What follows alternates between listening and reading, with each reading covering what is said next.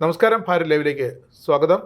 നമസ്കാരം ഹരീഷ്. നമസ്കാരം. കുറേ കാലം പ്രശ്നമില്ലാതെ പോയി നമ്മുടെ കേരളത്തിലെ അടക്കമുള്ള പശ്ചിമ ബംഗാളിലെയും കേരളത്തിലെയും തമിഴ്നാട്ടിലെയും ഒക്കെ നിയമസഭാ തെരഞ്ഞെടുപ്പുകൾ കഴിഞ്ഞപ്പോഴും കോൺഗ്രസിൻ്റെ ആരോപണം EVMകൾ പ്രവർത്തിക്കുന്നില്ല, EVMകളിൽ കള്ളത്തരം കാട്ടിയാണ് BJPയുടെ വിജയം. പക്ഷേ തമിഴ്നാട്ടിൽ അത് പറഞ്ഞില്ല. തമിഴ്നാട്ടിൽ മാത്രം അവർ വായനക്കിയില്ല. നേരെ DMK മുന്നണിയിൽ നിന്ന് ചാടി കോൺഗ്രസ്സുകാർ TVKയുടെ വിജയുടെ ഭരണമുന്നണിയിലേക്ക് ഒളിച്ചോടി പോവുകയും ചെയ്തു.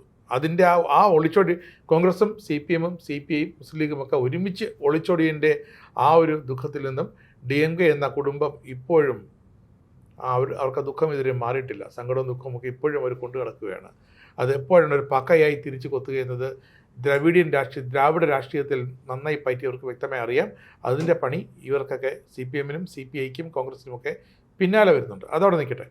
പക്ഷേ EVMനെ രാവിലെ ഉണർന്നെഴുന്നേൽക്കുമ്പോൾ മുതൽ രാത്രി ഉറങ്ങാൻ കിടക്കുന്നതുവരെ EVMനെ കുറ്റം പറഞ്ഞുകൊണ്ടിരുന്ന രാഹുൽ ഗാന്ധിയെ കണ്ട് അനുകരിക്കുന്ന രാഹുൽ ഗാന്ധിയുടെ കിങ്കരന്മാർ, AICCയുടെ കിങ്കര വക്താക്കൾ, ഇവരൊക്കെ ഇപ്പോൾ നമ്മുടെ ചീഫ് ഇലക്ഷൻ കമ്മീഷണർ വീണ്ടും അപമാനിച്ചിരിക്കുകയാണ്. ഒരു അടിസ്ഥാനവുമില്ലാതെ, ഒരു ആവശ്യമില്ലാതെ രാജ്യത്ത് ഇനി 2029 മാത്രമാണ് ഒരു തിരഞ്ഞെടുപ്പ് നടക്കാൻ പോകുന്നത്.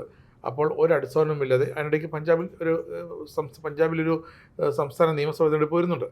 എങ്കിലും ഒരാവശ്യവുമില്ലാതെ വീണ്ടും അദ്ദേഹത്തെ കളിയാക്കിയിരിക്കുന്നു. അത് എത്രത്തോളം തരം താണവരാണ്, എത്രത്തോളം അമേരിക്കൻ സാമ്രാജ്യത്തിനു വേണ്ടി വാദിക്കുന്നവരാണ് ഈ പ്രതിപക്ഷത്തെ കേന്ദ്രത്തിയിരിക്കുന്ന കോൺഗ്രസ്സുകാരെന്ന് നമുക്ക് ഈ പരാമർശങ്ങൾ കേൾക്കുമ്പോൾ അറിയാം. കാരണം അമേരിക്ക എന്നാൽ, ചൈന എന്നാൽ കമ്മ്യൂണിസ്റ്റുകാർക്ക് ജീവനും വായുവും വെള്ളവും എല്ലാമാണെങ്കിൽ ഇവർക്കും അമേരിക്ക എന്ന് കേട്ടാൽ അത് തന്നെയാണ്. കാരണം അവരുടെ പ്രതിപക്ഷ നേതാവ് രാഹുൽ ഗാന്ധി അവരെ പറഞ്ഞ് പഠിപ്പിച്ചിരിക്കുന്നതും അവരെ കാണിച്ചു കൊടുത്ത് പഠിപ്പിക്കുന്നതുമൊക്കെ അമേരിക്കൻ സ്നേഹമാണ്.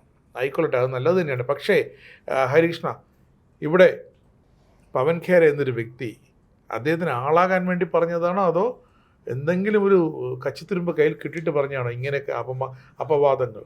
പവൻ ഖേര എന്ന് പറയുന്ന വ്യക്തി യഥാർത്ഥത്തിൽ ഈ നമ്മുടെ രാഹുൽ ഗാന്ധിയുടെ ശിൽബന്തി, കാര്യസ്ഥൻ എന്നൊക്കെ പറയാൻ പറ്റുന്ന തരത്തിൽ ഒരു വ്യക്തിയാണ്. അതെ, അദ്ദേഹം പറയുന്നത് ആവർത്തിച്ച് ചൊല്ലുന്ന ഒരു വ്യക്തിയാണ്. അദ്ദേഹം ഇപ്പോൾ ചെയ്തിരിക്കുന്നതിൻ്റെ ഗ്രാവിറ്റി എന്താണെന്ന് അറിയില്ല. അന്തർദേശീയ തലത്തിൽ ഭാരതത്തെ അപമാനിക്കുകയാണ് ചെയ്തത്. ഭാരതത്തിൻ്റെ സംവിധാനങ്ങൾ മെച്ചപ്പെട്ടതാണ്, അത് ഞങ്ങൾക്കും അഡോപ്റ്റ് ചെയ്യണം. സേവ് അമേരിക്ക ആക്ട് എന്ന പേരിലാണ് അവിടെ ഒരു നിയമം കൊണ്ടുവരാൻ, അമേരിക്കയിൽ ഒരു നിയമം കൊണ്ടുവരുവാൻ വേണ്ടിയിട്ട് ട്രംപ് പദ്ധതി ഇടുന്നത്. അതുമായി ബന്ധപ്പെട്ടാണ് അദ്ദേഹം സോഷ്യൽ മീഡിയ പോസ്റ്റുകളും മറ്റു കാര്യങ്ങളും ഒക്കെ നിരത്തിയത്. 64 കോടിയിലേറെ മനുഷ്യരാണ് നേരിട്ട് ഈ ഇലക്ഷൻ സംവിധാനത്തിൽ കൂടി വോട്ടിംഗ് മെഷീൻ വഴി വോട്ട് രേഖപ്പെടുത്തിയത്. അത് ഭാരതത്തിൻ്റെ തിരിച്ചറിയൽ കാർഡ് വച്ചിട്ടാണ്. അതായത് വോട്ട് രജിസ്റ്റർ ചെയ്യാൻ പോകുമ്പോൾ പൗരത്വ രേഖകളും അത് കഴിഞ്ഞ് വോട്ട് ചെയ്യാൻ പോകുമ്പോൾ വോട്ടിംഗ് ഐഡൻറ്റിറ്റി കാർഡും തിരഞ്ഞെടുപ്പുമായി ബന്ധപ്പെട്ട ഫോട്ടോ പതിപ്പിച്ച ഐഡൻറ്റിറ്റി കാർഡും സബ്മിറ്റ് ചെയ്തുകൊണ്ടാണ് വോട്ട് രേഖപ്പെടുത്തുന്നത്. അങ്ങനെ കുറ്റമറ്റ ഒരു സംവിധാനമാണ് ഭാരതത്തിൽ നടക്കുന്നത്.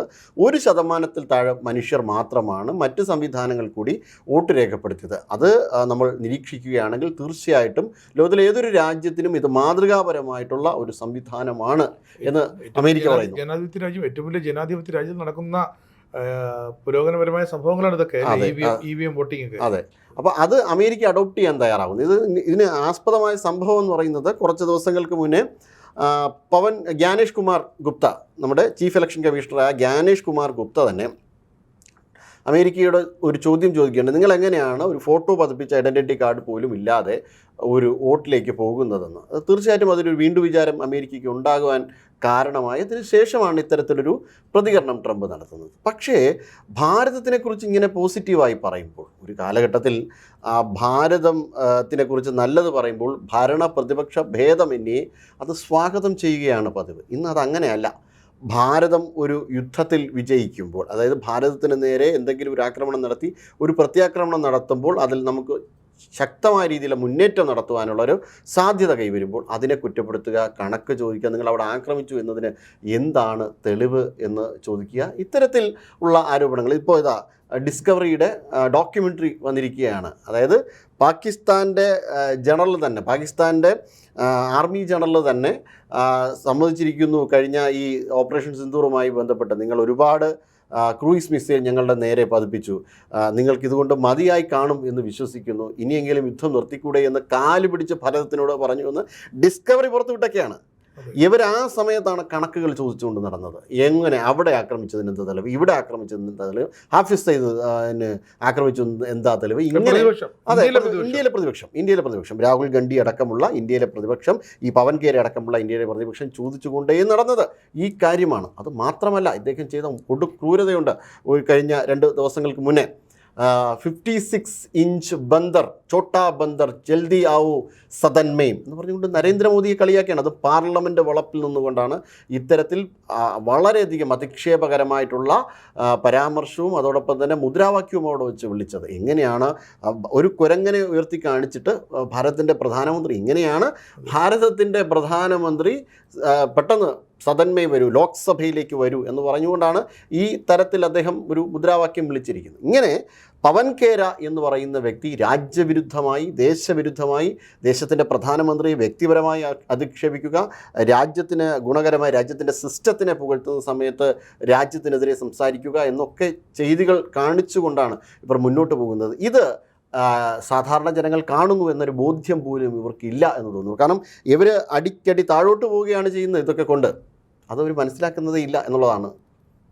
ഈ പശ്ചിമ ബംഗാൾ, അതിനു മുമ്പ് ഡൽഹി, അതിനു മുമ്പ് ഹരിയാന, ഈ പിന്നെ അതിനു മുമ്പ് ആസാം, ഈ സംസ്ഥാനങ്ങളിലെല്ലാം BJP ജയിച്ചു വന്നത് ഇതേപോലെ EVM-ൽ കൃത്രിമത്വം കാട്ടിയെന്നാണ് ഇവരന്ന് പറഞ്ഞു തുടങ്ങിയത്. അന്ന് കേന്ദ്ര തെരഞ്ഞെടുപ്പ് കമ്മീഷന്, ഭരണഘടനാപരമായ സ്ഥാപനത്തിന്, പ്രതിപക്ഷത്തെ രാഹുൽ ഗാന്ധിയൊക്കെ വെല്ലുവിളിക്കേണ്ടി വന്നു.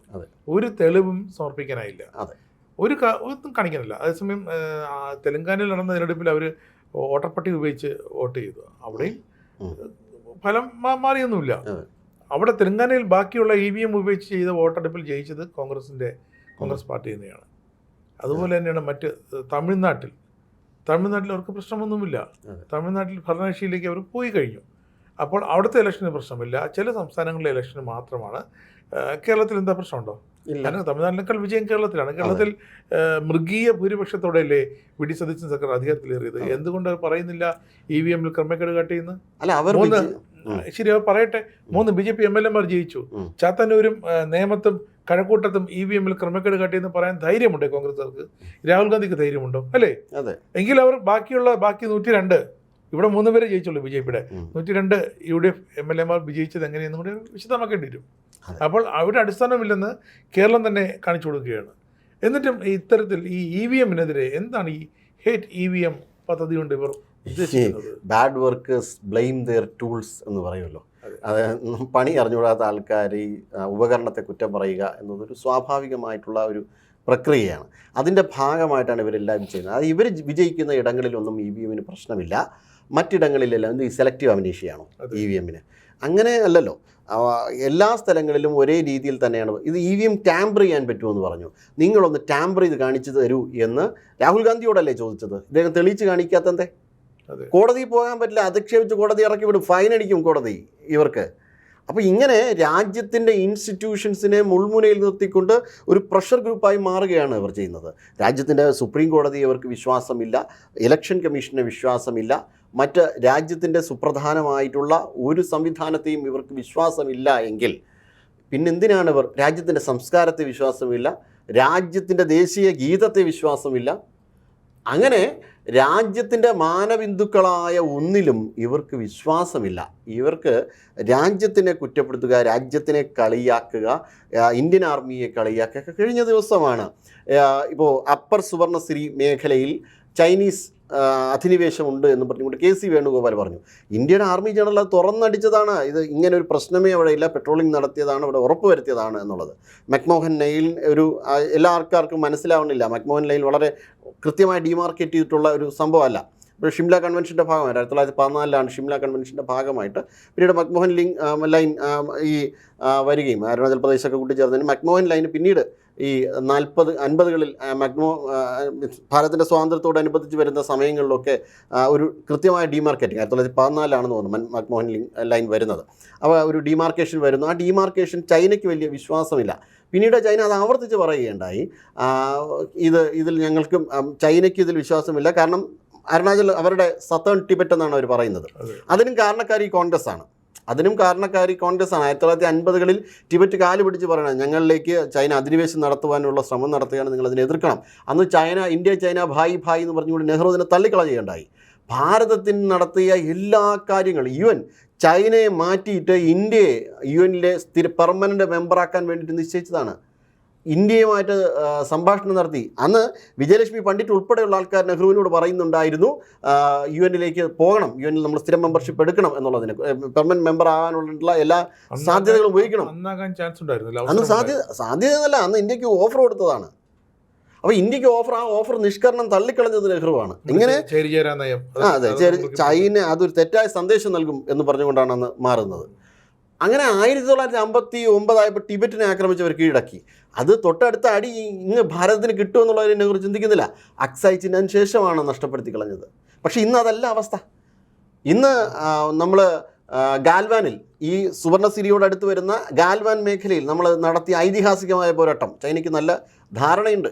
അപ്പോൾ ചൈനയെ കൃത്യമായ രീതിയിൽ കൗണ്ടർ ചെയ്യാൻ കഴിയുമെന്ന്, ഭാരതത്തിന് കൗണ്ടർ ചെയ്യാൻ കഴിയുമെന്ന് ചൈനയ്ക്ക് നന്നായിട്ട് അറിയാം. അത് അവർ ഉണ്ടായിരിക്കുന്നത്. ഈ മുള്ള് ആണി നിറച്ച മരക്കമ്പുകൾ, പിന്നെ മുള്ള് കമ്പി ചുറ്റിയ തടികൾ, ഇതൊക്കെ കല്ലുകൾ, ഇതൊക്കെ ഉപയോഗിച്ച് പ്രാകൃതമായിട്ടാണ് ഇന്ത്യൻ സൈനികർക്കെതിരെ ഇന്ത്യക്ക് 4 ജവാന്മാരുടെ വീരമൃത്യു. അതെ, പക്ഷെ അത് കണക്കിൽ വന്നിട്ടില്ല. അങ്ങനെ അത് ക്രൂരമായിട്ട് നമ്മുടെ സൈനികർക്ക് ഒരുപാട് പരിക്കേറ്റു. ഈ മുള്ളുപടി കൊണ്ടുള്ള അടി കൊണ്ട് പ്രാകൃതമായ രീതിയിൽ നമ്മൾ കണ്ടില്ലേ, പുരാണ ശിലായുഗത്തിലൊക്കെ അവർ വേട്ടയാടി പിടിക്കാൻ ഉപയോഗിച്ചിരുന്ന ആയുധങ്ങളൊക്കെ ഉപയോഗിച്ച് ആ തരത്തിൽ. പക്ഷെ ഇന്ത്യ എന്തുകൊണ്ടാണ് തിരിച്ച് മറുപടി കൊടുത്തതെന്നുള്ള ഒരു വിവരവുമില്ല. ഇന്ത്യ തക്കതായ ശിക്ഷ, തക്കതായ ഉപകരണം കൊണ്ട് തന്നെ തിരിച്ച് ഒരു കൊട്ടു കൊടുത്തു. അതിൽ 10-35 പേർ മരിച്ചു. ഇവർ പറയുന്നത് ഗ്ലേസിയറിൽ, മലവെള്ളപ്പാച്ചിലിൽ ഇവർ ഒഴുകിപ്പോയി എന്നാണ് പറയുന്നത്. കുറെ സൈനികർ സ്വാഭാവികം അടിച്ച് താഴെട്ട് കഴിയുമ്പോഴത്തേക്കും തള്ളിയും കിട്ടും. പക്ഷെ അതിനുശേഷം തൽസ്ഥിതി നിയന്ത്രണ രേഖയിൽ ഈ ഗൽവാന് മുമ്പുള്ള സമയത്ത് എന്തായാലും തൽസ്ഥിതി അത് തുടരാനായിട്ട് ഇരു രാജ്യങ്ങളും തീരുമാനിച്ചു. സൈനിക തലത്തിലുള്ള ചർച്ചയാണ്, രാഷ്ട്രീയ തലത്തിലല്ല. ഷി ജിൻപിങ് വരുന്നുണ്ട് അടുത്ത മാസം, അല്ലേ? സെപ്റ്റംബറിൽ വരുന്നെന്ന് ഏതാണ്ടൊക്കെ കൺഫേം ആയിട്ടുണ്ട് ഇന്ത്യയിലേക്ക്. അപ്പോൾ അങ്ങനെ തൽസ്ഥിതി തുടർന്ന് നിൽക്കുന്നത്. അപ്പം ഇതെല്ലാം കൊണ്ട് ഇളകുകയാണ്. ഈ ഷി ജിൻപിങ് വരുന്നു, ട്രംപ് ഇന്ത്യയിലെ ഇലക്ഷൻ സംവിധാനത്തെക്കുറിച്ച് അന്വേഷിക്കുന്നു. EVM ഒക്കെ അവരുണ്ടായിക്കൊള്ളും. പക്ഷേ എങ്ങനെയാണ് ആ സംവിധാനം എന്നത്, അതിൻ്റെ സിസ്റ്റം അല്ലെ, അതിൻ്റെ ചാർട്ട്, ഡയഗ്രാം, അതാണ് അവർക്ക് വേണ്ടത്. അപ്പോൾ അങ്ങനെ വരുമ്പോൾ ഈ ചൈന, US ഇതെല്ലാം കൊണ്ട് കോൺഗ്രസിന്റെ അടിയിൽ ഇങ്ങനെ കനൽ കിടന്ന് തിളയ്ക്കുകയാണല്ലേ. ഒരു തരിയല്ല, കനൽ നന്നായിട്ട് തിളയ്ക്കുന്നുണ്ട്. അത് നന്നായി പൊള്ളുന്നുണ്ട്. അപ്പോൾ അത് ഈ കോൺഗ്രസിനെ സംബന്ധിച്ചിടത്തോളം അവർക്ക് തിരഞ്ഞെടുപ്പിൽ വിജയിക്കുവാനായിട്ടുള്ളൊരു ശേഷിയില്ല എന്ന് അവർക്കറിയാം. അപ്പോൾ ഇങ്ങനെ എന്തെങ്കിലുമൊക്കെ പറഞ്ഞ് രാജ്യവിരുദ്ധമായി നടത്തുന്ന ഒരു നീക്കമാണത്. നമ്മൾ അങ്ങനെ തന്നെ തള്ളിക്കളയുകയേ മാർഗമുള്ളൂ.